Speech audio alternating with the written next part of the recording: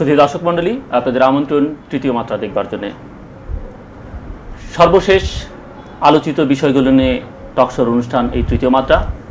আমাদের আজকের অতিথি গণপ্রজাতন্ত্রী বাংলাদেশ সরকারের মাননীয় প্রধানমন্ত্রী সংসদ বিষয়ক উপদেষ্টা, সাবেক মন্ত্রী, বাংলাদেশের অন্যতম আলোচিত স্বনামধন্য পার্লামেন্টারিয়ান এবং সম্ভবত বাংলাদেশের রাজনীতিতে একজন অন্যতম বিতর্কিত ব্যক্তি জনাব সালাউদ্দিন কাদের চৌধুরী। আপনারা যারা সাংসদ সুন্দর সুন্দর কথা বলেন, আপনাদের কথা শুনতে আমাদের ভালো লাগে, কিন্তু মাঝে মধ্যে আপনারা বেশ অশালীন ভাষায় কথা বলেন এবং কখনো কখনো আপনি হয়তো আরেকজনের কথা বললেন, অন্যজন আপনার কথা বললেন, এবং যেগুলো আপনাদের সম্পর্কে জনগণের শ্রদ্ধা কমিয়ে দেয়। আপনার এই বিষয়ে বক্তব্য কি? আমি আর বিস্তারিত বললাম না, আপনি নিশ্চয়ই বুঝতে পারছেন। বুঝতে কোনো অসুবিধা হচ্ছে না। দেখেন, সংসদ, একটা সংসদে কিছু নীতিমালা আছে লিপিবদ্ধ করা, আর কিছু অলিখিত সভ্যতার আলোকে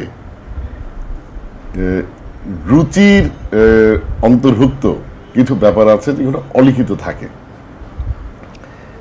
এখন সেখানে রুচি তো একটা জিনিস, হয় আপনার আছে কি আপনার নেই।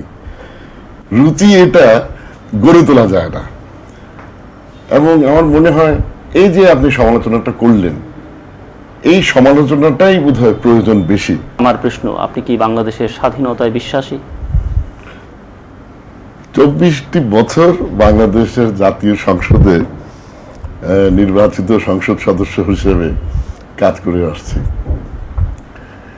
বারবার করে এদেশের মানুষ, যতগুলো নির্বাচন হয়েছে, প্রত্যেক নির্বাচনে এদেশের মানুষ আমাকে ভোট দিয়ে এই সংসদে পাঠিয়েছে। বাংলাদেশে বিশ্বাসী কিনা এই দীর্ঘদিন পরে এই প্রশ্নের সম্মুখীন হতে হবে কোনোদিন ভেবে দেখি নাই।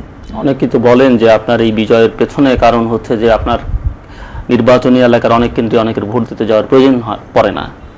যেমন এরকম কথা প্রচলিত আছে যে এখানকার যারা সংখ্যালঘু সম্প্রদায়, তাদেরকে আপনি ডেকেই বলে দেন তোরা তো আমাকেই ভোট দিবি, যাওয়ার দরকার নেই, ভোট দেওয়ার আর দরকার কি, আমি তো ভোট পাবো। কথাগুলো কি সত্যি? আমার প্রতিপক্ষ তো এই ধরনের অভিযোগ দীর্ঘদিন ধরে করে এসছে। নির্বাচন তো শুধু দলীয় সরকারের নিয়ন্ত্রণে শুধু হয়নি, নির্দলীয় তত্ত্বাবধায়ক সরকারের অধীনেও যখন নির্বাচন করেছি, বহু ভোটে আল্লাহর ব্যবধানে, আল্লাহর মেহেরবানিতে জয়ী হয়ে এসছে। আর এই ধরনের নানা রকম মুখরোচক কথা তো থাকতেই পারে। যুদ্ধাপরাধী, মাফিয়া, গডফাদার, এই বিশেষণগুলো আপনার নামের সঙ্গে অসংখ্যবার এসেছে সাম্প্রতিককালে, আগেও এসেছে কম বেশি, ইদানিংকালে বেশি। আপনি কি? আসতেই পারে।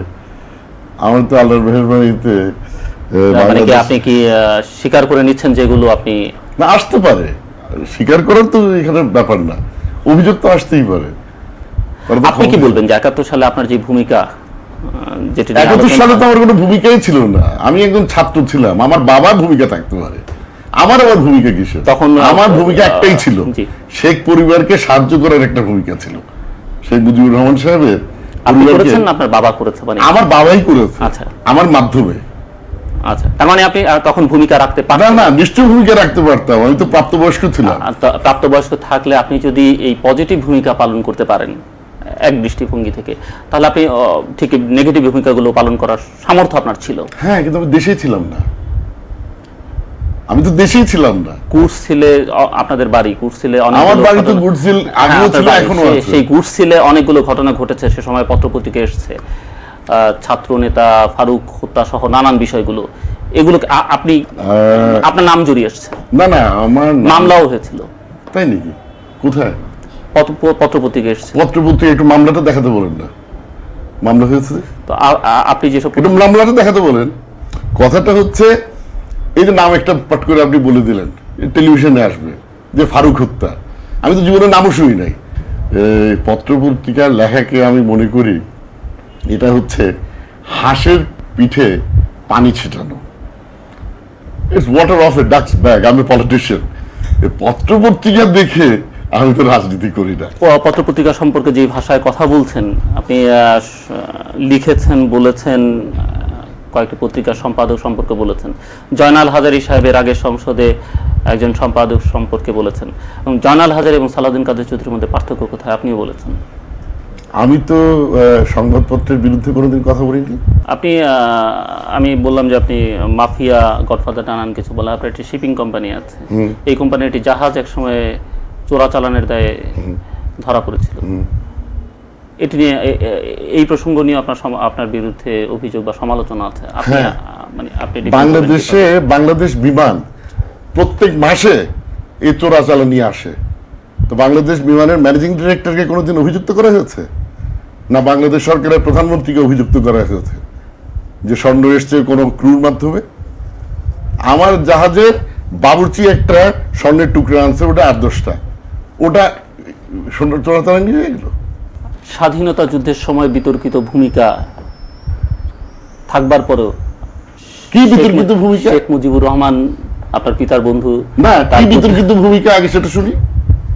কোন বিতর্কিত? আপনারা স্বাধীনতা চাননি। কে আপনারা? মানে কি আপনি?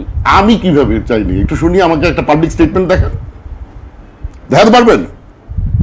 আমার বাবাই দোষী হয়ে গেলেন, আমার বাবা শেখ হাসিনার বাবা হয়ে গেলেন বীর উত্তম, আর আমার বাবা হয়ে গেলেন বীর অধম। শেখ হাসিনাই চলে গেলেন বিতর্কের ঊর্ধ্বে, আর আমি বুঝি এখনো বিতর্কিত।